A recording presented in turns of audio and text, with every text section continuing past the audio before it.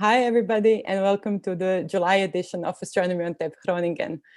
My name is Nika Jurlin. I'm a PhD student here in the Netherlands, and I'm one of the organizers of the Astronomy on Tap. So today we have a special edition of the Asteroid Day. That's an event that we celebrate every 30th of June. And 30th of June was actually chosen because it's an anniversary of the impact of an asteroid impact that happened in Tunguska in 1908. So what is the aim of this day is to actually raise awareness in the community of the asteroid impact on Earth.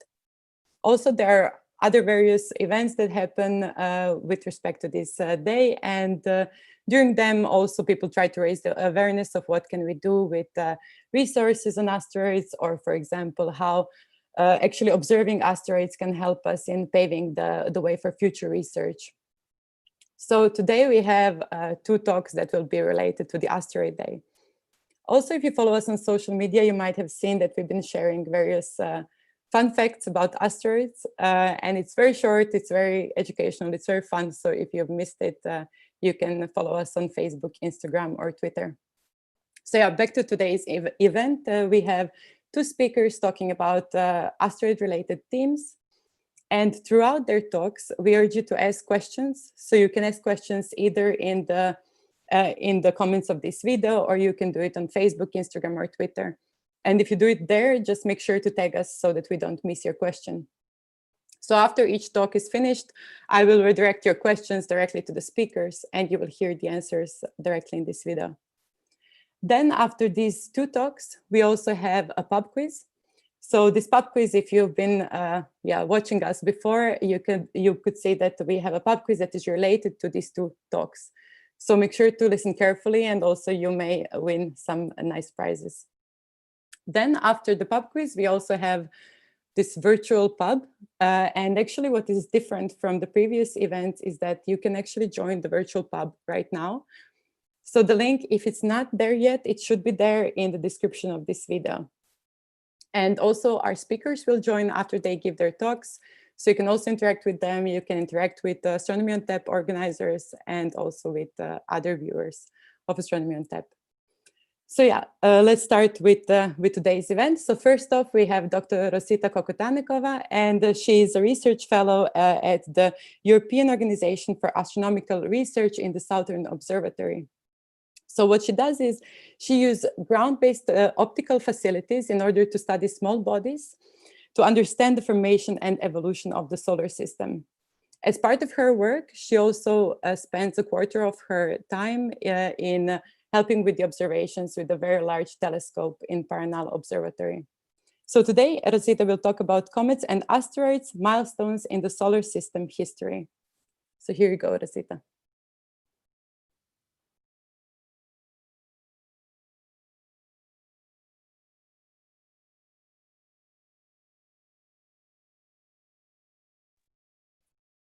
And yes, here's Rosita. Hi. Hi, yeah, we can hear you. So you can start. Yeah.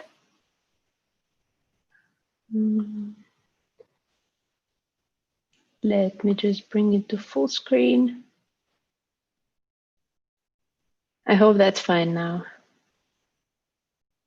Okay, so hi everyone. I suppose Nika already introduced me, but the organizers encouraged us to say a few more words about ourselves. So I wanted to tell you that I'm sitting in front of a background that I really like because it's very special to me. And in the background, you can see the last comet that I saw with naked eye, but I was in the wrong hemisphere for it. So that was Comet McNaught. That was the great comet of 2007. That was spectacular from the Southern Hemisphere. And from the north, we could see something like this. So cut from here above. So I've only seen the tail of this comet. And what else you can see on this background is the VLT platform. So that's where the VLT telescopes and the auxiliary ESO telescopes are. And I've had the pleasure of spending a number of nights last year since I started working for ESO. So it's a very special place, and I'm really looking forward to having another comet sometime soon that we could see from there. As for today's talk, I wanted to talk about comets and asteroids because of Asteroid Day and also because it's my favorite topic. And the main point of my presentation will be just to put them in good light, because in the media and everywhere, they're often forgotten or they're mentioned in a funny way. So this is the image that you get from Wikipedia when you open the page of the solar system, and you only see the sun and the planets, and there are no small bodies there, which I think is not fair because the solar system is full of small bodies. And many people often call them junk. They call them failed building blocks of planets. But the reality is that they're planetesimals. So this is the building blocks of planets. They just didn't make it into a planet, and they're the leftover building material, which, however, brings a lot of information about the solar system and has actually taught us a lot more than anyone in the beginning of last century thought small bodies could teach us. So here you see a view of the solar system where the distance from the sun is in a logarithmic scale. And you can see that close to the terrestrial planets, we have the asteroid belt. There are actually some asteroids that are closer to the sun.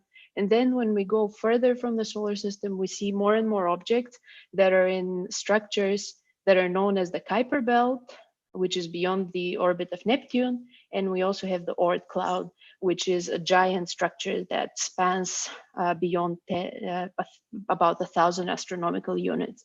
And that's where a lot of treasures hide. And I hope that this talk will convince you that it's worth learning a bit more about them. And it's also worth enjoying all of the great images that we have from telescopes, from spacecraft, and even what we can sometimes see with our own eyes, which I'm going to show you at the end of this presentation. So this is a view of most of the small bodies that have been visited by spacecraft to date.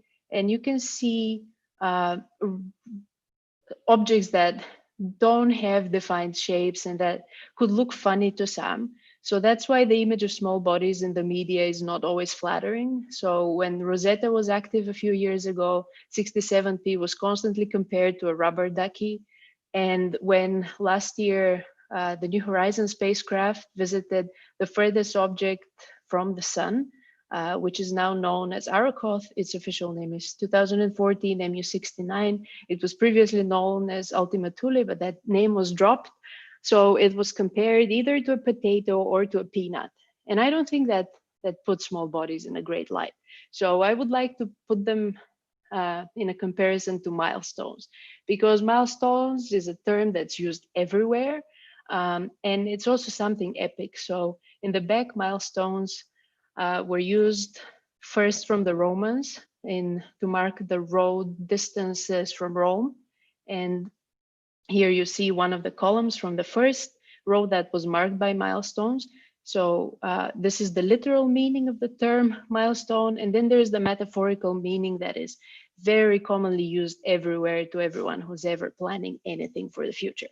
So small bodies are milestones, in my opinion, exactly because they fulfill both of these meanings. First of all, as you saw maybe in the tweets from Astronomy on Tap that have provided great information in the past few days, small bodies in the solar system show us where they were formed. So the distance from the sun where they were formed in the protoplanetary nebula is frozen into their composition, into their structure. And by observing these objects nowadays, we can actually find out where they were formed back in time. As for the metaphorical meaning, we have gained a lot of knowledge about the solar system, as I said, from small bodies. And these milestones were achieved by different space missions and by different studies. So I think small bodies fulfill both meanings. And in the next part of the talk, I will focus and try to prove why this comparison makes sense, in my opinion. And I'll focus on comets because this is my personal preference. I don't work that much on asteroids, but the story of comets is fascinating. So I'll try to give you a bit of a glimpse of what our knowledge is currently and how it has developed. So let's start with what a comet is. A comet is a body that rotates in an orbit around the sun. So these are the solar system comets. And when they're close to the sun, they experience a lot more insolation. So they heat up and they release material, and that is gas and dust. And they produce tails. And if we happen to be close to one of them, or it happens to be close to the Earth, we see a spectacular object on the sky where we can see the two tails of the comet, the ion tail and the dust tail. And what is producing this was a puzzle for a long time. So astronomers were trying to figure out what is causing comets to look like this. And they realized that this material should come from a nucleus that is hiding in between all of that dust and gas. And this is how the model developed in the middle of the 20th century. So Fred Whipple came up with this idea that comets are dirty snowballs that have some dust and ice. And he had the privilege of bringing ice balls or snowballs to classrooms, which is amazing. And unfortunately, we can't do this now because our view of comet nuclei is slightly different. And it is different since last century, basically all space agencies realized that the return of the Halley comet that comes back to perihelion every 76 years is an occasion that they can't miss. So this is the most spectacular comet humanity remembers. And the return of it was an event that they didn't really want to leave without observing it. So all space agencies came together and they sent out the so-called Halley Armada. And the European Space Agency mission Giotto was the one that imaged the nucleus. So here we see the very inner part of the Halley comet, and we see the nucleus. And what they saw there is that this nucleus is not mainly ice, and you actually can't really see the ice on the surface, but what you see is a dark object, and that looks like more of an asteroid. And now we have seen 6 comets from a close flyby with a spacecraft, and all of these nuclei look relatively similar. None of them have really obvious ice on the surface. So instead of dirty snowballs, there may be, we can call them something closer to asteroids with more ice on them.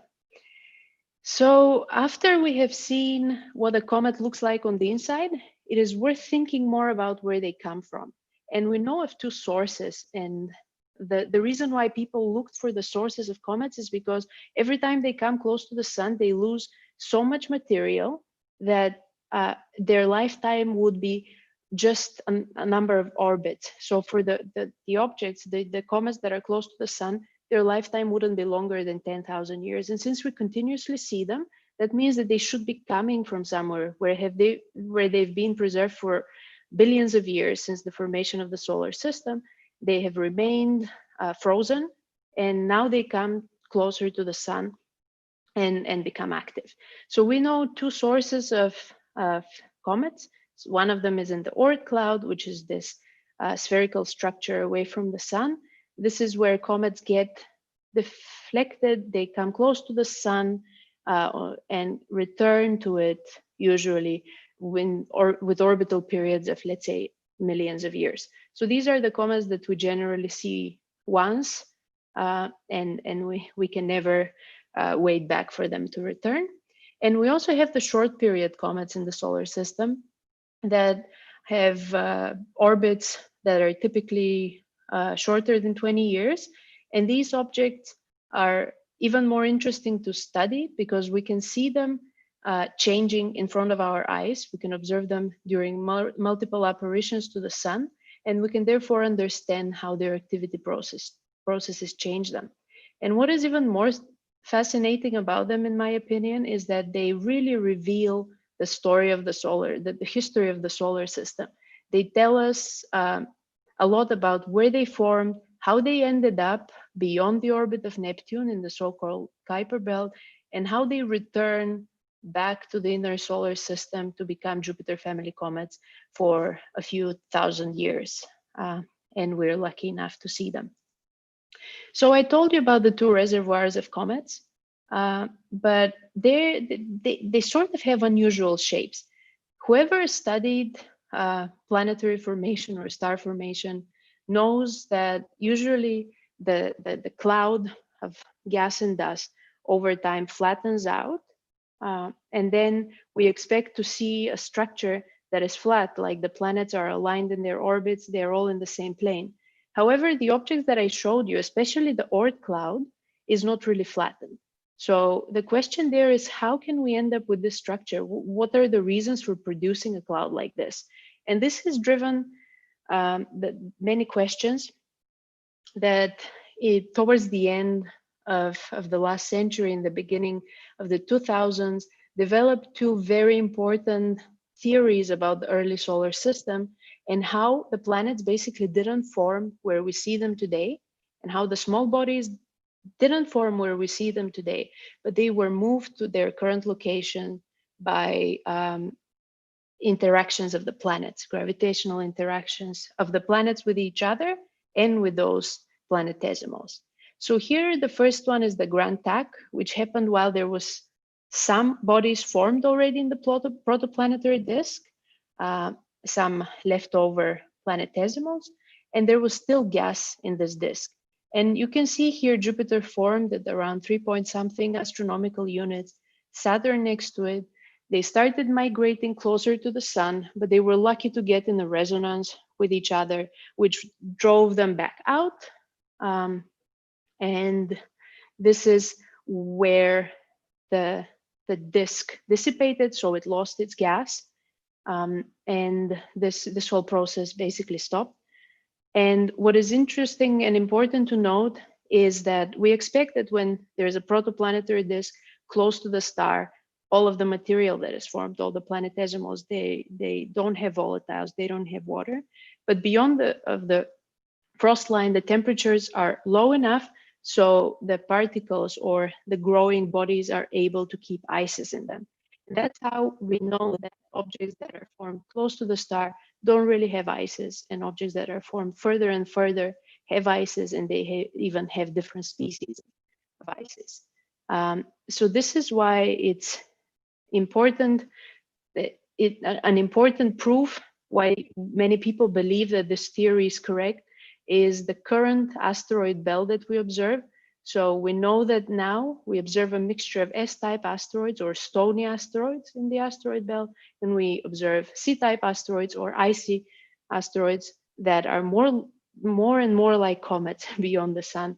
And the S-type ones came from inside Jupiter, the C-types came from outside, and then they meet in today's asteroid belt. So we know that even the asteroid belt that's relatively flat, it didn't form exactly there. So it's a product of the evolution of the solar system.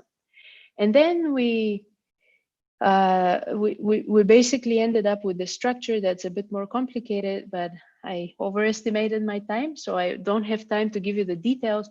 But basically, we have a continuum of the object from the sun onward. And this plot ends up with the Jupiter Trojans that are sharing the same orbit as Jupiter, but they're in its Lagrange points. And beyond that, we have a continuum of even iciest objects, icier objects that are more like comets. So this didn't answer the question of how we ended up with the Oort cloud and the Kuiper belt, but this will happen now when I talk to you about the so-called NEAS model, which talks about what happened after the gas in the solar system nebula was gone. So there we've ended up with the fully formed planets and some, let's say, junk or leftover material there. And what happened is the planets started interacting with this material, and they the planetesimals get progressively moved closer to the sun until they reach Jupiter. And then their destiny becomes a bit more random. Some of them get ejected from the solar system, some of them get sent to the Kuiper belt. And then the Kuiper belt becomes a mixture of objects that were formed very far away from the sun and have a completely strange composition. They get mixed with objects that are coming closer from the sun, that are more asteroid-like. That's how we ended up with populations in the Kuiper belt that are different, and they're more inclined, and they have more eccentric orbits that are deviate from the flattened disk. And due to New Horizons that visited one of them last year, we actually know what they look like. And they don't look like asteroids. So this object, even though it might have the same color in the processed images, it is quite different because, for example, the cratering number is different. Also, its composition is quite different from asteroids. So it shows us a great variety of material. And New Horizons was really a milestone in understanding the solar system because the information that is still coming from the spacecraft more than a year and a half after the visit is providing more and more clues about the early stages of the solar system. Another thing that I really need to mention is the interstellar objects that are actually a proof of our understanding of how planet formation works. Because from our solar system models, it is expected that objects that are part of this migration may leave the solar system. And we in fact know that the solar system lost a huge portion of these planetesimals and they're somewhere wandering in the interstellar space. And the fact that we get objects like Oumuamua and Comet Borisov that came from outside of the solar system means that this is a universal process. So what we have learned about the solar system is really applicable to other planetary systems. And that's really valuable to know. And this is a field that's opening now, and it's going to allow us to study not just what we have here, but also what is happening in other planetary systems. And then the reason why we know that this process works is because we have the tools to study more and more objects. We have visited the Kuiper belt. We have observed centaurs with bigger and bigger telescopes. So this is the in-between population between the Kuiper belt and Jupiter family comets. We have visited already 6 Jupiter family comets and imaged the nuclei. So we know the similarities between them and we can understand through that more about the solar system. And also another clue that tells us why we believe this theory that we have is that we in fact really have a continuum of asteroids and comets, and they're not very different from each other. It's actually a continuum of the formation of the object away from the sun. And this is shown by the D2H ratio that you can measure from the abundances in the bodies. You measure the spectra of the objects, and then you measure the ratio between deuterium and hydrogen. And the further away from the sun they were formed, the higher their deuterium to hydrogen ratio is.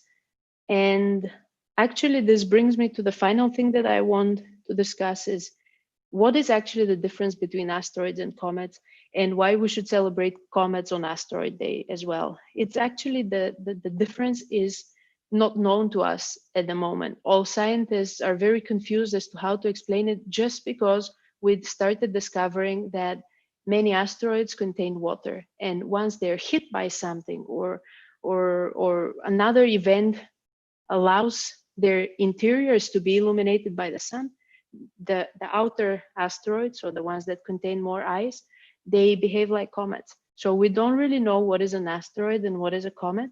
And we keep on working on this continuum. So people are starting to think about the objects as a continuous population rather than very different. And more of us work on one type of object, but start thinking about the other type and so on. And I promised you that I'll talk to you about something that we can actually see now. And this is an image from this morning. This is a comet that whoever has clear skies can wake up at around 3 a.m. in Europe or at around dawn time and can see on the sky with naked eye. So I've heard that some of the estimates are that it's magnitude -1. So if you have clear skies, unlike me here in Germany, you can get up really early or stay up really late and try to spot it, because for me, that would be the first comet that I would see since 2007.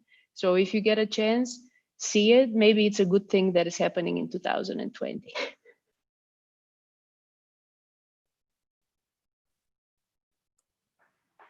Thank you. Rosita? Yeah. Thank you. It was very nice presentation. I think that, yeah, also a lot of astronomers at the beginning of their careers, they don't really know, yeah, the difference between comets and asteroids and other near Earth objects. But yeah, and also I didn't know about the milestone, the fact that it was actually where it comes from. But yeah, so we have questions. Yeah, first one is, so at the beginning of your presentation, you mentioned planetesimals. Mm-hmm. So if you can just quickly describe what is it, what is a planetesimal? So the definition of a planetesimal is an object that formed in the early solar system. So together with planet formation, at first, small dust particles started coagulating and started growing bigger and bigger. So everything that is left over from these times is called a planetesimal. So sort of it's a building block of what formed the planet. Okay. Yeah, we have a question. What is your favorite comet? My favorite comet, I think it's called 162P, Siding Spring, and it's a favorite of mine because during my PhD I studied it extensively, and the special thing about it is that when it was first discovered, everyone thought it's an asteroid, but soon after that they detected activity. So it's this comet that it's at the end of its lifetime. So that's what we think, and it was active previously. But now the activity is slowly decreasing, and from time to time it shows a small tail, but mostly doesn't. And the reason why I like it is because it really shows us how comets look like when they're about to become more asteroid-like and trickier to spot. Okay, but we also expect it maybe to show the activity once again. Like, is there a possibility, or have you seen that in some other ones, that the activity decreases and then suddenly then it goes increases up again? yeah, that's actually a process that is not very well understood, because previously these were very difficult to spot. We need survey telescopes that would catch more and more objects, and then you know how they should behave, and then when they become brighter you spot it. So more and more of these dormant comets are starting to show that they're not completely dead. They're still active from time to time, so they happen to come close to the sun, and at some point maybe they get landslides and fresh material gets exposed. So it's totally possible, and it's been observed, and it makes it even more interesting. You can't really define the... Yeah. Okay, I'll keep my questions for Yeah. later. But yeah, is it true that asteroids brought water to Earth? It is possible that asteroids brought water to Earth. It is possible that comets contributed too. It is also possible that the Earth kept some water in its core, or not core, but interior when it formed. So there is this big debate that scientists like to have, and geologists like to say, that the Earth had some water, and cometary scientists say, but it can't come from asteroids. Asteroids don't have enough water. But what I think is that it's actually a mixture of everything. And since we had more asteroids hitting the Earth, it is more likely that they contributed a larger part than comets. That's my personal view. Okay, that's good. Then we have, how can we know how the planets migrated in the past? This is actually, that's why I had so many slides, because I wanted to tell you more about this, but I realized it's too much. So I'll try to sneak it in now. And basically the Kuiper belt has a very interesting structure. It's not just this hot population and cold population that I showed in my slides. There's a mixture of objects that are in resonances with Neptune, which shows that Neptune pushed them outwards. Basically, the point that I'm trying to make here is that the small bodies actually imprinted the different stages of this formation, this migration. Another clue that is that other planetary systems have Jupiter-sized planets that are very close to the star. This is what actually drove this whole field of research, because the more exoplanets started being found close to their stars, people started asking themselves, why is the solar system an exception? Why don't we have a giant planet close to the sun? And then they realized that probably it couldn't reach that close to the star, because it couldn't form there, but it maybe could form outside, further away, migrate closer to the star, and then become the hot Jupiter. But in our solar system, that didn't happen. So another clue comes not only from small bodies, but from observing other planetary systems. But is there, for example, also a way that you can observe other solar systems and actually see this movement in some way? So is that a possibility? I think Matthew will actually be able to Yes. tell you more about that in the second talk. It happens very slowly. So you will basically have to observe a number of systems and then basically put the pieces together. So I don't think you can directly observe it unless there is a way to uncover, catch the process by some observables where you know that they're moving at this moment. But I haven't thought about this, and I'm sure that Matthew will know more. Yes. Okay, then I will read one more question. We have a lot, so maybe also for people that didn't get their questions answered, they can join us later in the virtual pub and is there. But we have one that is related to students actually making observations from near-Earth objects. So we had them presenting in the last Astronomy on Tap, and the question is, what are the most important things you can learn from observing near-Earth objects with small professional telescopes? So I can tell you a project that I'm really interested in at the moment, and I am basically downloading data from the Minor Planet Center, which is photometry from small professional telescopes, where you observe the light curves and the long period change in the brightness due to the phase angle change. So what happens is when the angle between the sun, the object, and the observer changes, or when it increases, the brightness of the object decreases. So kind of like the phases of an object. And the way that function is shaped, so how this brightness decreases, can tell you a lot about the surface of the object. So I think that what the students can do and what many people can do is building up the database, especially observing objects close to phase angle of 0 and adding these data points. Then when we're able to reconstruct these phase functions, I believe personally, because that was part of my PhD, is we could maybe distinguish whether these objects are dormant comets or near-Earth asteroids, but for that we need a larger database and a larger database with really targeted observations. So I think that would be really cool. Okay, so basically people can just upload their data that they obtain, but can they also use it?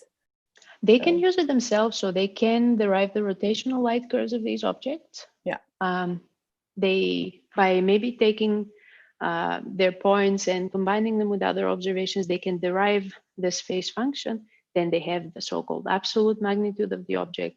And if this object was observed with an infrared telescope, so for example, from NEOWISE or ACARI or the Spitzer surveys, then they know the actual size of the object. And when you know the size and when you know the magnitude, you can determine the albedo.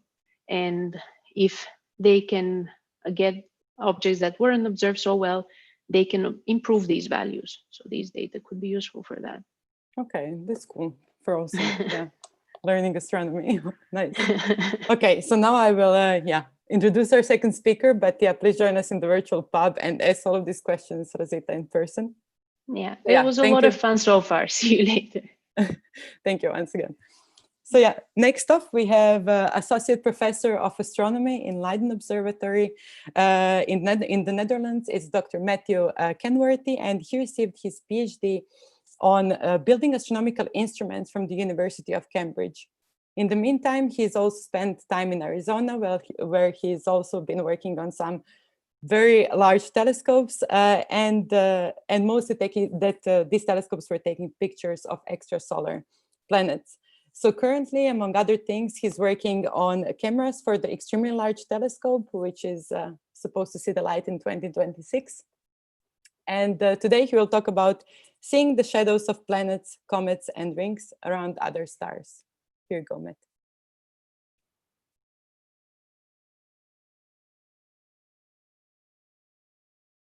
Thank you very much for a lovely introduction. My name is Matthew Kenworthy, and I'm an associate professor at the Leiden Observatory in the Netherlands. But originally I come from Britain and I spent several years in America. So you've had a wonderful introduction about comets and asteroids in our solar system. And what I want to talk about is what we think that we're seeing comets and asteroids in other solar systems. So what you see here is a picture of one system called TRAPPIST-1, which I'll talk about in a little bit, and how seeing other star systems and planetary systems are wildly different from the one that we're used to. So, as you've seen in the last talk, planets are made from a disk formed around the star when the star was very, very young. So if the sun is about my age, then we're talking about in the first 2 to 3 weeks of life, you get this big circumstellar disk, and gravitational instabilities build little clumps, and they clump up to become planets over a few million years.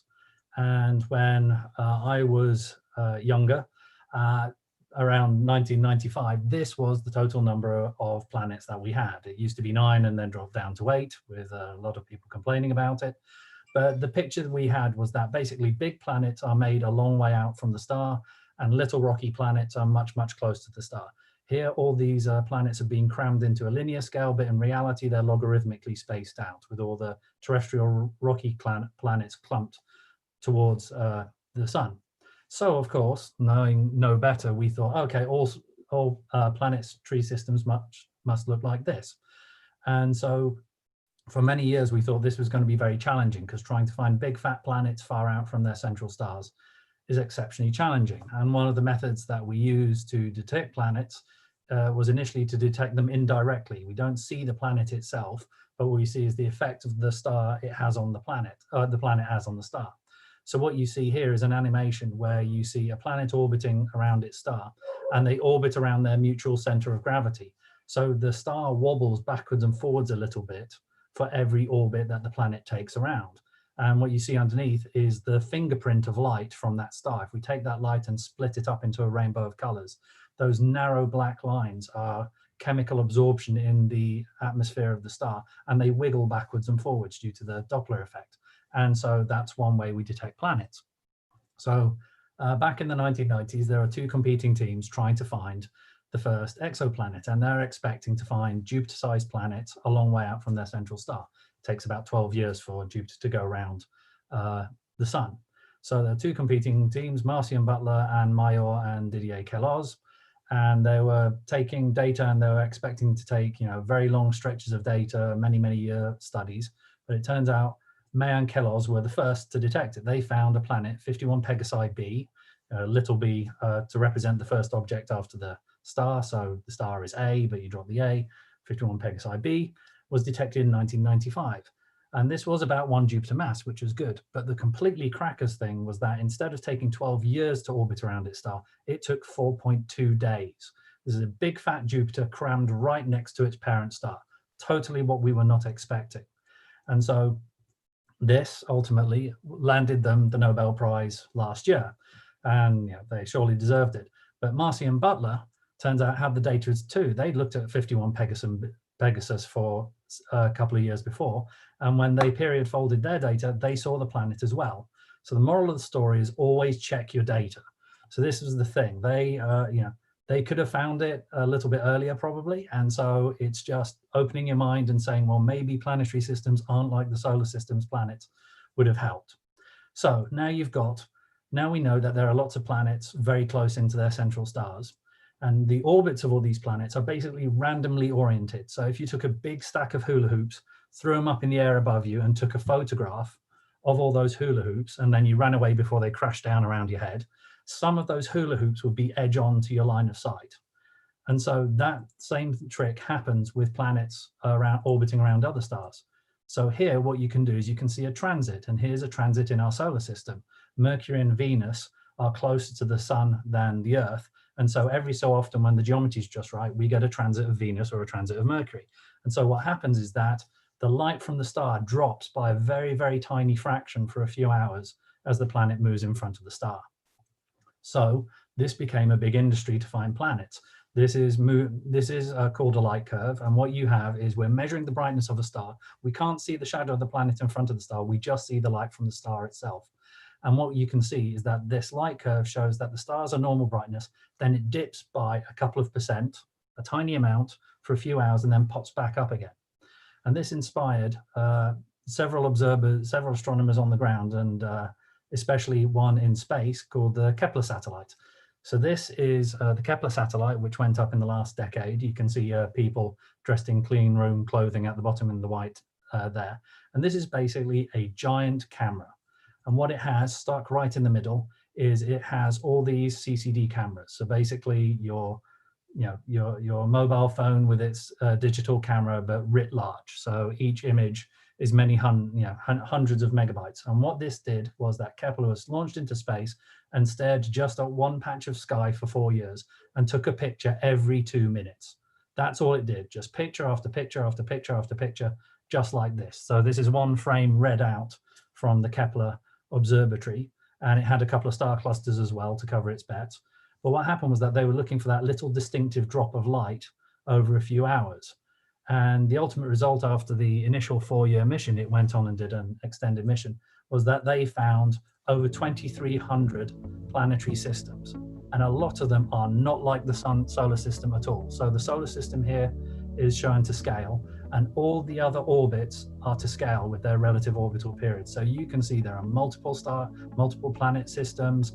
They're all tucked in. There are big fat Jupiters. They're tiny down into super Neptunes. They're all orbiting around, and they've all been put to scale in the solar system. So you can see what a wild diversity of planets there are in the universe. And the most extreme version of this was actually discovered from the ground by a group centered in Belgium. They used a small telescope, and they were able to see not one, but seven planets transiting a single star. This is a red dwarf star which was called TRAPPIST-1 because they're from Belgium and they love their beer. So that's how it got the name. And what you're seeing is data taken from a space telescope after they made the discovery. And each of those little dips you can attribute to one of the planets going around. And this is an incredibly packed system. All the planets are crammed well within the orbit of Mercury. If we flew above it and looked down, this is what we'd see. There's 7 planets within the orbit of Mercury. The actual orbit of Mercury would be about 3 or 4 times the size of this video screen. Now, when I was younger, I thought the idea of standing on a planet and seeing on the surface of another planet was complete rubbish. Turns out I didn't know anything.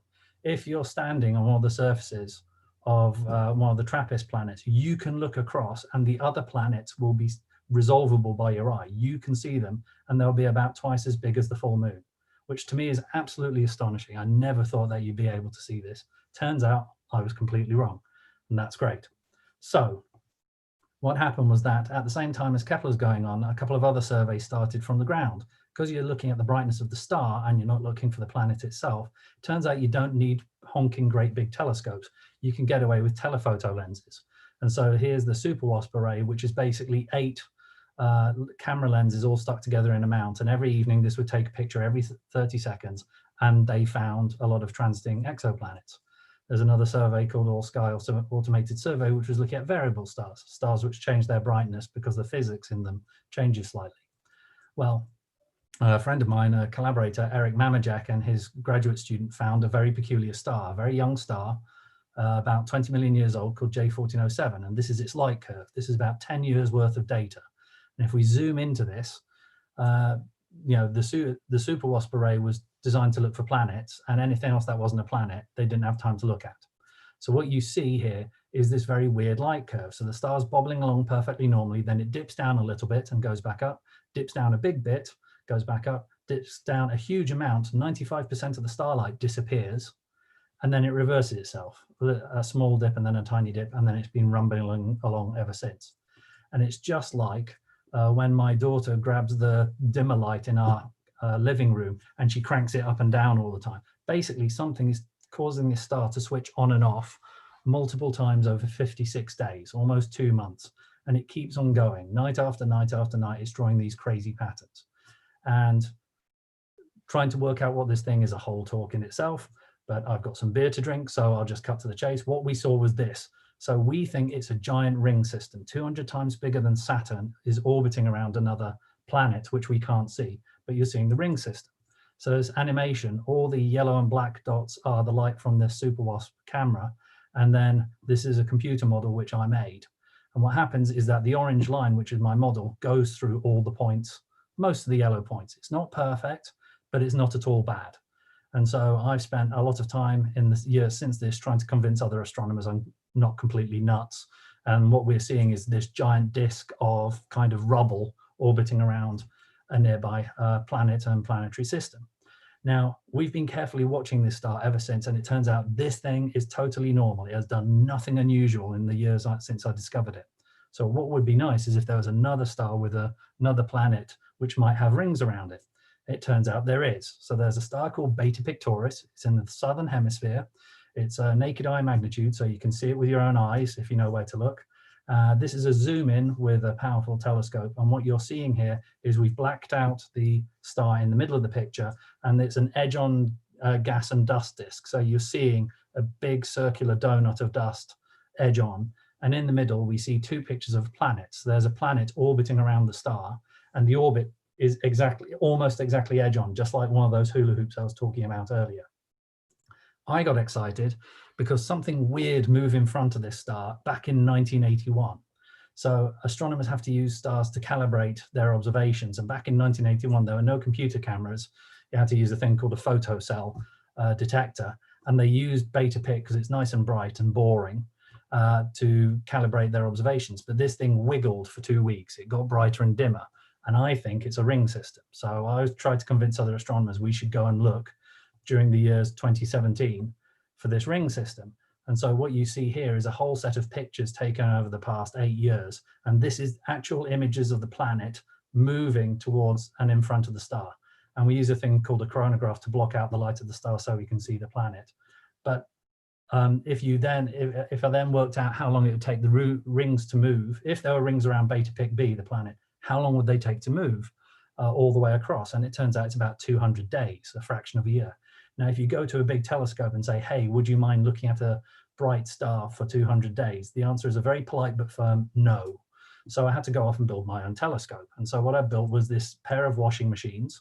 And this is what they look like. And I called them the Bring Observatories.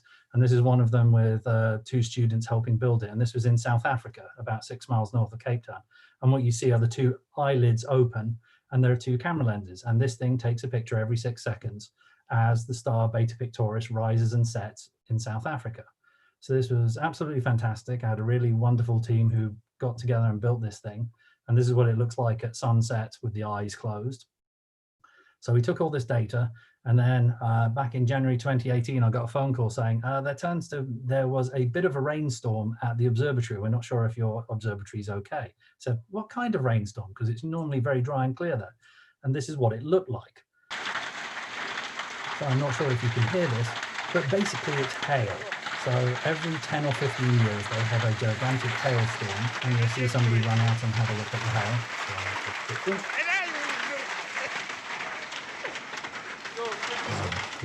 Right. So it turns out this massive hailstorm destroyed a couple of the all-sky observing cameras on the telescope, on the plane. And I was there, heart in my mouth, and I said, can you run out and check on Bring and see what it looks like? And they went, yep, sure. And it turns out that it cleaned it.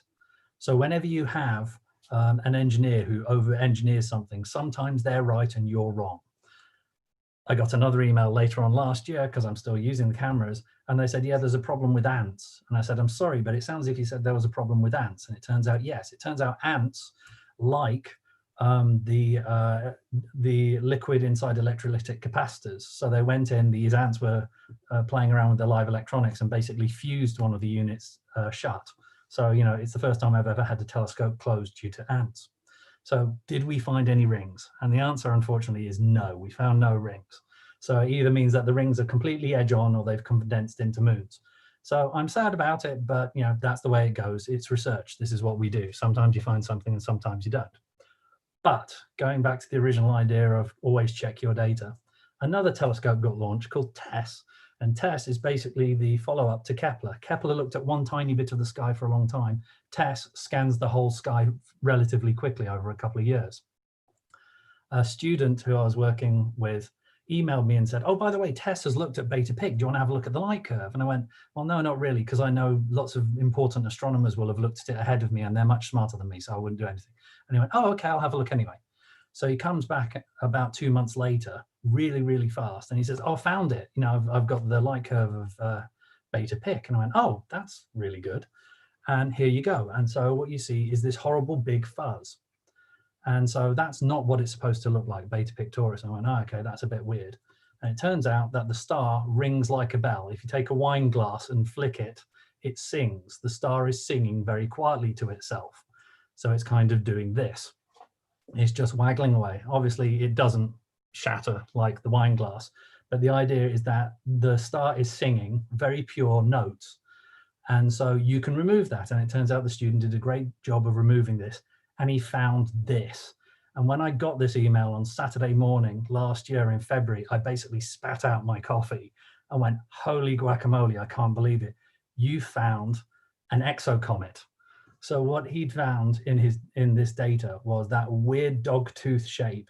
Turns out it's not the head of one of these comets, but basically, and you saw this beautiful picture in the last talk, the tail, you're basically seeing this tail streaming behind the comet is blocking some of the light of the star, and it blocks it in exactly the way that you saw on the previous graph. So we've discovered white light exocomets, which we were expecting with the Beta Pic system, but it was just absolutely wonderful to see it in this data. And I never would have looked at it if this student had said, I'll give it a go. So always listen to students. And what's beautiful is that it matches a prediction almost exactly that was made 20 years ago. They were saying, there was another group of astronomers in France who said, you should see these exocomets transit. And sure enough, it's almost exactly the same light curve. So I was thinking, okay, well, I'm kind of stuck. I didn't see any rings around Beta Pictoris until December the 17th. And this tweet appeared. And the tweet said, hey, there's a set of cameras called the super assassin cameras, and they're looking for supernovae explosions. But one of the students who works on it, Zachary Way, tweeted this image and said, yeah, there's something kind of weird going on with this very young star nearby. And again, I dropped everything because it was the middle of December. And this is what the light curve looked like. It's bobbling along quite nicely. And then all of a sudden it starts sloping down. And it's as if something big is blocking it. So I went off, asked a couple of friends. They checked it out, and it turns out it looks exactly like J1407. It's a young star, it's in the right place, no previous eclipses.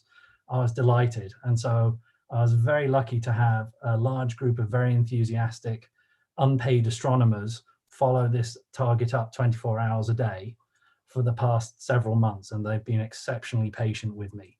So what they've done, this is a whole list of all the observers, but because it's a southern declination star, a lot of observers in Australia have been filling in the data. And I've been fortunate enough to use a robotic observatory called LCOGT, which has telescopes dotted all around the globe. So we have lots and lots of beautiful data. And this time, because we actually caught it in starting off, we actually have multicolor light curves. So B band is very short wave radiation, G band's like green color, and I band is red. And what you see is that the star, whatever's blocking the star, blocks different colors, different amounts. So short wavelengths are blocked heavily and long wavelengths aren't blocked anywhere near as much. And it's kind of got those jaggy features which remind me of rings moving in front of the star. So we're still following this up right at the moment. It still hasn't finished, but I'm very, very excited about this because I think it's the second definitely confirmed ring system. So this is a giant pile of asteroids, and I think ideally that there'd be moons forming in it, and they're carving out these rings and forming them up. What we can do is that in the next 10 years or so, I'm working on one of the instruments which we're going to put on the Extremely Large Telescope. Astronomers are very unimaginative about how they name things. So it's Extremely Large Telescope. And always in a pub quiz, you can ask, what's the next biggest telescope? And it's called the Overwhelmingly Large Telescope, believe it or not. There's a serious proposal for a 100-meter telescope. This is about 40 meters in diameter. And with this, we'll be able to study even more these kind of transiting ring systems, or at least that's my hope. Okay, and with that, I'll say thank you very much for your time. Thank you, Matt. I'm doing my virtual clapping, although I'm not sure if it's in, but thank you. It's very exciting to see these results. And I think it's very nice that you mentioned this, kind of, what people sometimes call failed experiments, which are not failed, because anyways, it leads to really nice discoveries. So I keep my fingers crossed for these rings. But so now I will go with the questions from the public, not to steal anything. So the first question is, how heavy must the planet be compared to the star to make the star move like that? it's referring to the spectral lines that you showed. Sure.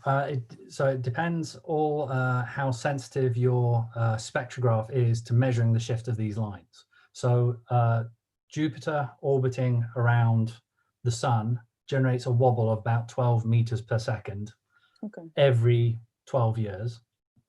Pardon me. And the Earth generates a wobble of about 10 centimeters a second every year. And this is, incredibly tough work to get down to that kind of level. But basically the first super Jupiters discovered near the parent star were giving oscillations of about plus or minus 100 meters per second. And what changed it was that they were able to basically calibrate the spectral lines that they measured using a thing called an iodine absorption cell. And it turned out to be the key technology which allowed them to make these super sensitive measurements. And that really revolutionized and kickstarted the planet discoveries. It's nice. There's a question concerning detecting planets around other stars. There are always rumors that planet X in our system is almost detected closer to detection, etc. What's the status there when we look at the movement or perturbation of comets, asteroids? Okay. Unless you come to that later, but yeah. Okay. Oh, no. I mean, actually, I might not be the right person to answer it. I think the first speaker might be able to give an answer. But the way I understand it is there could be, how do we know there's not another planet somewhere beyond Pluto, something Earth-sized? And what it is that we expect that the orbits of comets, long-period comets, which reach out into the Oort cloud, to be totally random, almost totally random. But there's a certain set of comets which have all their orbits are suspiciously aligned together. So instead of being totally random like the hula hoops, they're all kind of lined up like arrows in a bundle. And suspicion is that they're being shepherded by some big massive planet a long way out. But the trouble is, it's relatively easy to search a lot of the sky, but there's a line where you're looking against the background of the disk of the galaxy, and there are hundreds of billions of stars. So it's incredibly difficult to see this very faint object moving very, very slowly against those stars. So it's doable, but it's a fearsome challenge. And of course, there are several groups, including Mike Brown's group at Caltech, who are chasing this up. They're trying to hunt closer and closer to the galactic plane, but it's a fearsome task. I definitely chicken out of doing that. But it's also a very competitive field, it sounds. Oh, super. I mean, man, if you found it, wow, yeah. You name in the history books and everything. Great. Oh, no, I lost. Okay. There's also a question, have you found another planetary system that is somewhat similar to the solar system? To our solar system? I haven't myself. We're getting to the point where we're getting sensitive enough. So the radial velocity planets find big fat planets close to their stars very easily, but it's very difficult for them. It's more difficult to find big fat planets further out. I do a thing called direct imaging where we take pictures of the stars. So it's easy to see the planets a long way out, but very hard to see them close in. And we're just about, with the technology, getting the overlap where we should be able to see both systems. And we've got very close. I think we found one or two Saturn, Jupiter-like things in Saturn-like orbits, but we haven't seen, an Earth-like planet at an Earth-like distance from its central star. But we're very close. I'd say in the next 5 to 10 years, certainly the ELT and the super telescope should be able to make inroads on that. It's very exciting. And that's a nice thing that the technology is rapidly. It's super cool. Yeah, it's very cool. So yeah, hopefully we have nice new results. Okay. Oh, there are also a lot of questions. So yeah, make sure people to join us in the virtual pub. Oh yes, I'll join the pub afterwards. I'll get another beer. I'll also have one question more for you. So is your picture of all of the orbits found with the Kepler satellite representative for all the systems in the universe? Yeah, it was very nice. That's a good question. So there's a bias. Kepler can only see the edge-on systems where all the orbits are packed in very tightly. The wonderful thing about Kepler is that it's a lower limit. For all the orbits you see edge-on, there must be at least 10 to 20 times more orbits which are face-on or slightly tilted off, and we don't see them transiting. But Kepler heavily, heavily, heavily finds the very small orbit stuff. It doesn't find the big orbits, Jupiters and Saturns and Neptunes far out. It would have to be insanely lucky, and it's very unlikely that that happens, because the chance that the hula hoop is edge on compared to the size of the star is super tiny. So we don't really know if they're typical, but Kepler, what we do know is that bigger stars tend to have slightly bigger planets around them, and smaller stars tend to have slightly smaller things around them. But we're still trying to understand, how planets are made. But we have some vague, we have some suggestions that the size of the star is important, and whether it's polluted with small amounts of trace chemicals, which astronomers are lazy, and we call everything heavier than hydrogen and helium a metal.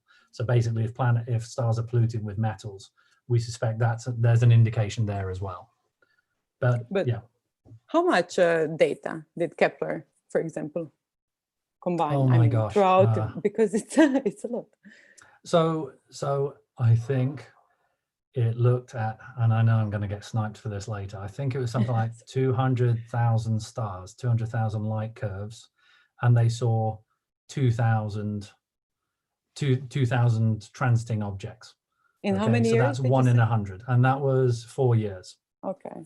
And then one of the stability wheels, the reaction wheels, which keep it pointed, broke down, and they did a very, very clever engineering trick where they could basically use the sun's pressure on the solar cells to steer it, and then they looked at along a restricted line in the galaxy, and they took extra additional fields and found a whole new bunch of planets that way. It was called the K2 mission, the extended Kepler mission. It was a very, very clever trick. Yeah, it's very nice. Okay, so yeah, please join us in the virtual pub, where also our speakers will be. Thank you, Matt, for your talk, and also thank you, Rosita, for your talk. And now we have a short break while you set up and join our virtual pub, and also join the quiz that will be led by Jake. Cheers. See you soon.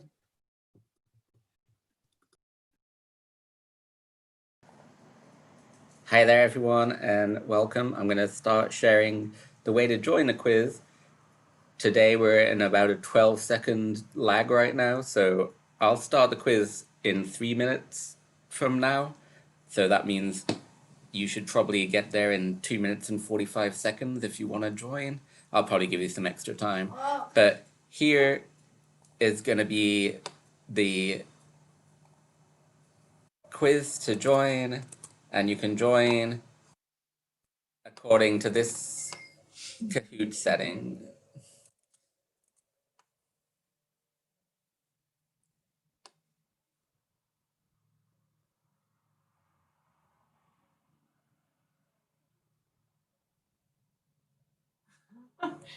Okay, there's a lag of about a minute.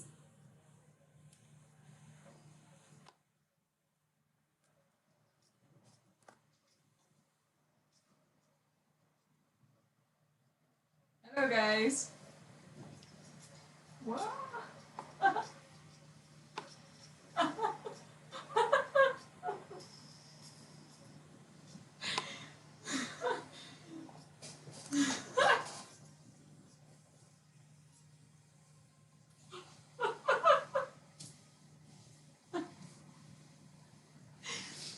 I still hear myself from your computer. Is you muted now? Yeah, but you can't talk when I'm talking. Okay, sorry. Can't mute you out. I timed it with like 15 seconds. So I hope it is. No,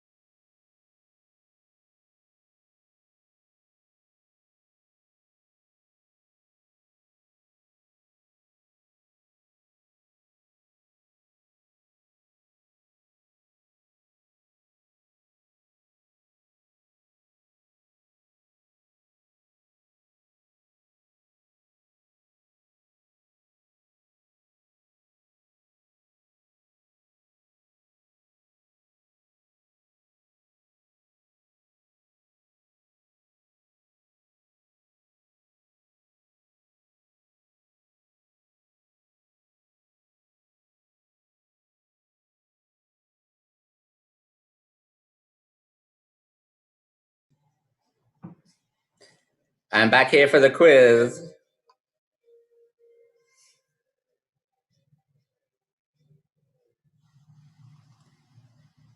I'll start the quiz in about 30 seconds, so I'll wait 1 minute before I start it because maybe you're 30 seconds behind. But join now if you want to join. There's an echo with someone.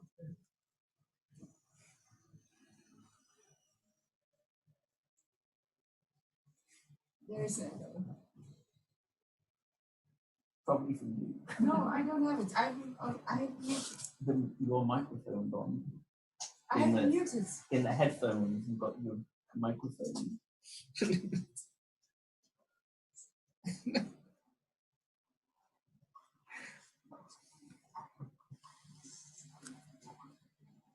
I don't know how many seconds that was, but 25 seconds. But by the time you hear that, we'll be starting the quiz.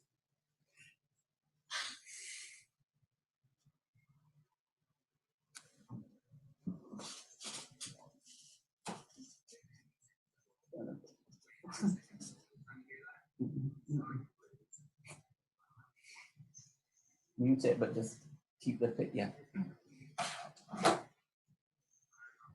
Right, here we go with the quiz. You can join at any time if you still see the number. Just rewind and look at it if you want to join, and then fast forward to get to the right place. Right, here we go with the quiz. You can join at any time if you still see the number. What is a small body population furthest from the sun? Asteroid belt, Oort cloud, Neptune Trojans, or the Kuiper belt? Oh, answers are popping in fast. The delay cannot be that bad. I think people are cheating by listening to me in the pub.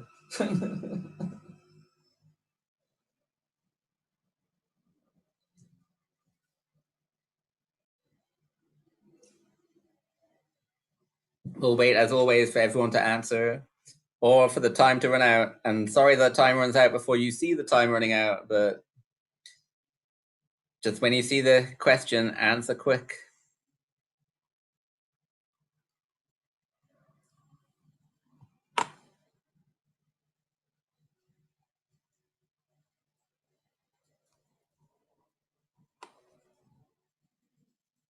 Sorry if you didn't get a chance to answer, but you just got to be quick on those buttons when you see the question appearing.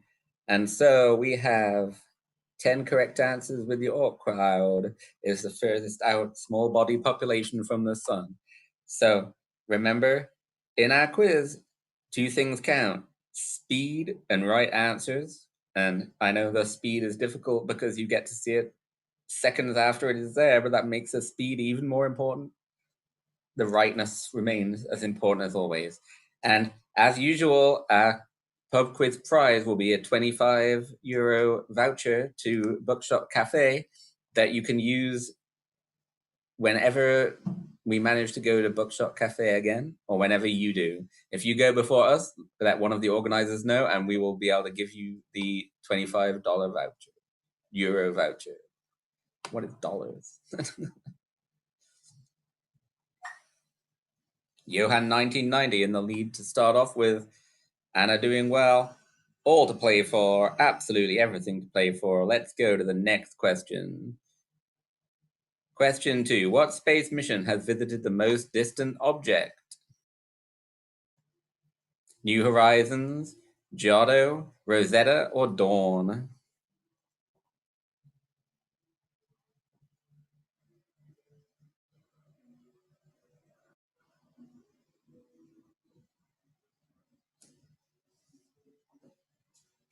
See the answers coming in, that is great.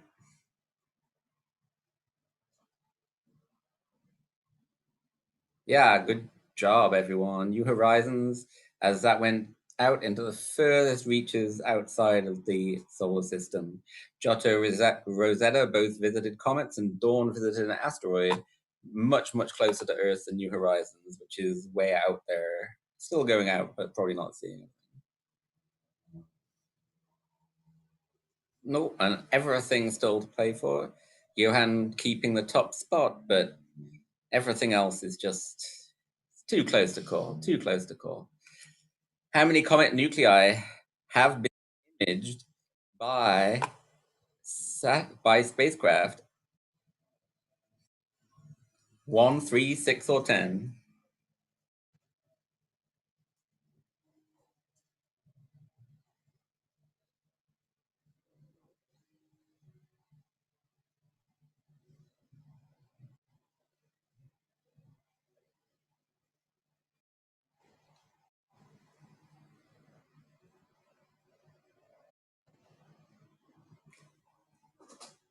Just waiting for that one last person to click the answer button. There we go. Oh, randomly scattered. So this could change things up a lot. The answer was 6 have been, but a lot of votes for 3, a lot of votes for 1. So we'll see how that changed up the leaderboard. Oh, and Johan has sunk down, and hey, or depends what country you're from, how to pronounce that, is getting up there. Anna still remaining in a strong second place. Which objects are thought to have the least amount of water ice? Could it be S-type asteroids? Could it be C-type asteroids, comets, or trans-Neptunian objects? Rate of answers shows this is a trickier question than the previous ones.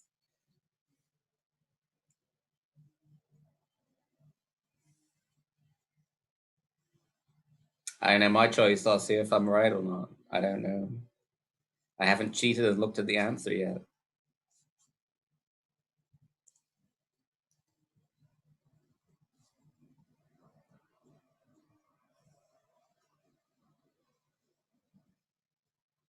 S-type asteroids. Well, I'm with the C-type asteroid people, so apparently I got that one wrong. But S-type asteroids is the right answer that apparently most of you knew. So well done, most people. But I'm with the team C-type asteroids for not knowing that answer. Oh, Anna's up into first place. Veronica making a massively grown up the list. Hey, has sunk a bit. Eris is still there. Nice asteroid emoji in your name too. Next question we have, which planetary system was shown at the start of Matthew's talk? IPA1, TRAPPIST-1, Budweiser-1, or Preil-1? Named after beer. Which planetary system was it?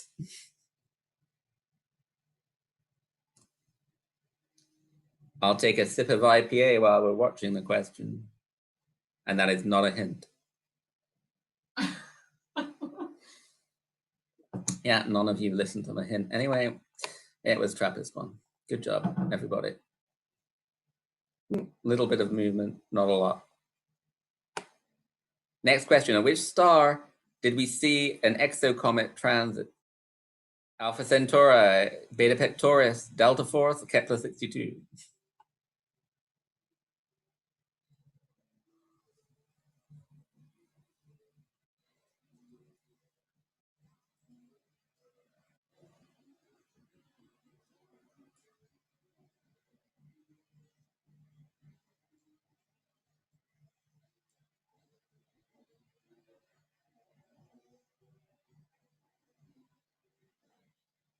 It was Beta Pictoris. Sorry for those who voted for Alpha Centauri or Kepler 62.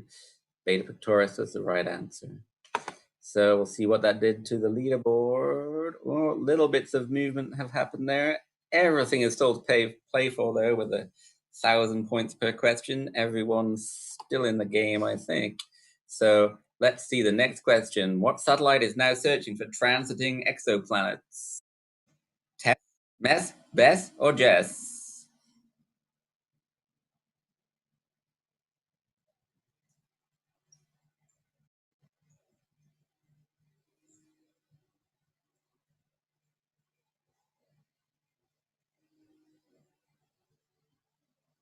You can't Google fast enough to get points, so just answer. Yeah, they were TESS. Good job. All correct. Oh, Veronica getting a commanding lead, but it's all still to play for with the last questions. Which is not a real name for a current or proposed telescope? Very large telescope, overwhelmingly large telescope, extremely large telescope, or insanely large telescope?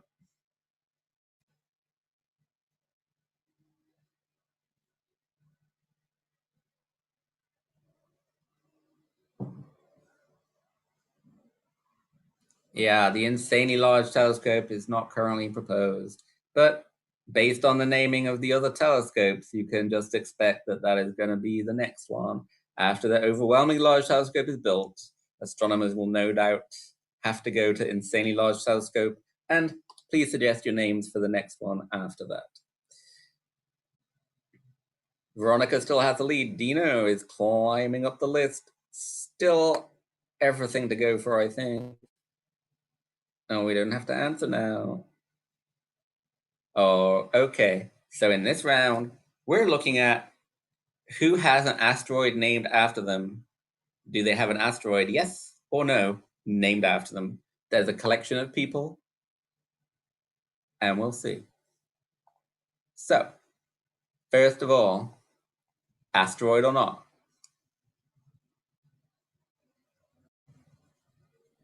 I'm not going to tell you who it is, just for the benefit of you can guess.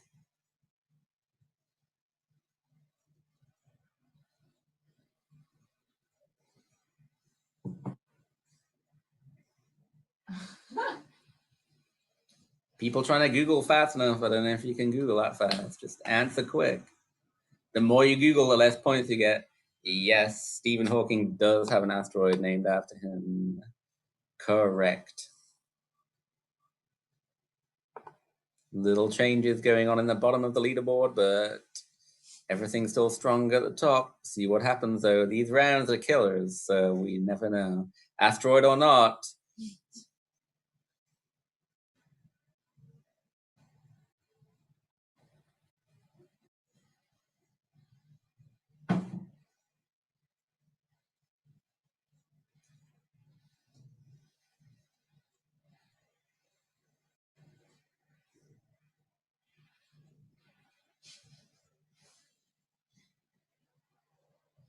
Yeah, no, Gandhi does not have an asteroid named after him. So next asteroid discoverer, maybe you want to choose Gandhi. People who discover asteroids are allowed to name them whatever they want, as long as it's not politically incorrect and has to be not someone alive. So you can choose. Oh, Dino going up there with that win on the Gandhi asteroid. See the next asteroid or not. This guy.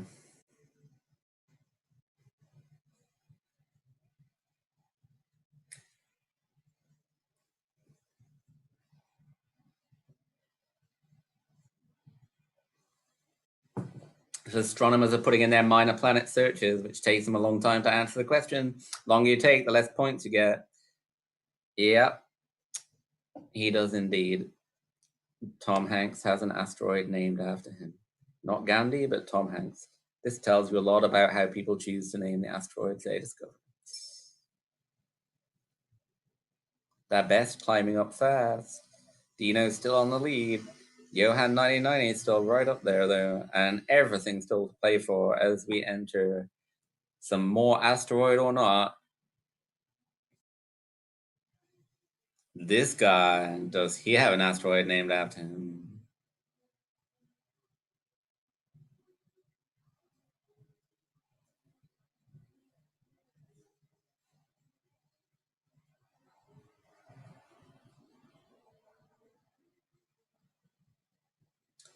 No, he does not. Much like Gandhi, Putin also does not have an asteroid named after him. And again, you can choose who to name your next asteroid you discover after, based on your own personal preferences.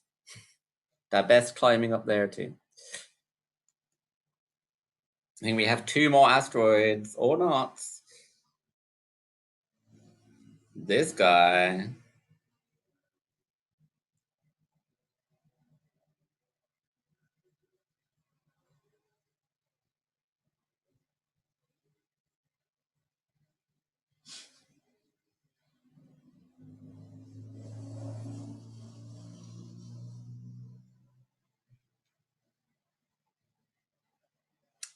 No, even most of you think that he does. Either Harry Potter, no asteroid. Daniel Radcliffe, no asteroid. There is a Potter asteroid, but it's not named after Harry Potter.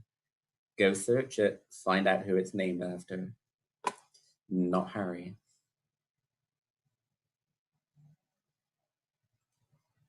And finally, these guys have an asteroid named after them.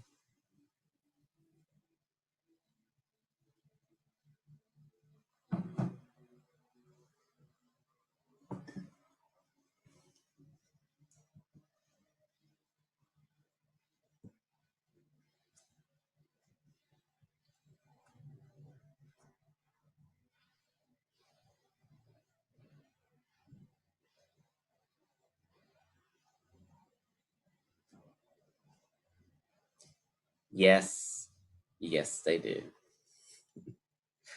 Why not? Obviously, if you name your band similarly to an asteroid, then you're going to get an asteroid named after you. So let's see how all that went with our July 2020 podium. Veronica, 3rd spot. Da Best, 2nd spot. And in 1st place, we have Dino. So if that is you and it's showing you 1st place on your phone, please screenshot your 1st place and then we'll give you the €25 voucher to Buckshot Cafe. Or if you're somewhere else around the world, let us know how to share it or let us know what you'd like instead. And also, currently Astronomy on Taps around the world are sharing their prizes. So if you win here, but you want a prize in a different Astronomy on Tap, then we're currently apparently facilitating that around the world. So let us know where you are and what you want.